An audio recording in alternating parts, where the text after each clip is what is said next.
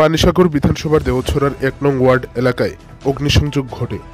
জানা যায় গতকাল রাতে অর্থাৎ ২৪শে ডিসেম্বর মঙ্গলবার রাত আনুমানিক ১০টা ৩০ নাগাদ উত্তর ত্রিপুরা জেলার পানিসাগর বিধানসভার অন্তর্গত দেওছড়া ১ নং ওয়ার্ড এলাকায় একটি অগ্নিসংযোগ ঘটে।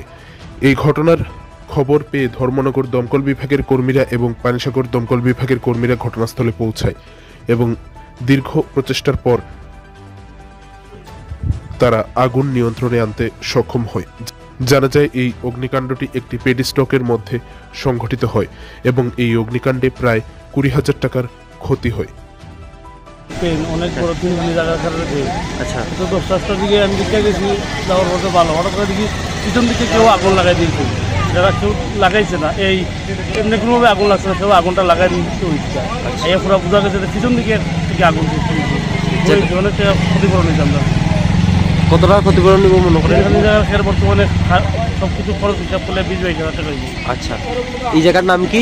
দেওছড়া ১ নম্বর ওয়ার্ড। ১ নম্বর ওয়ার্ড। আপনার নাম কি? রাজু দেবনাথ। রাজু দেবনাথ।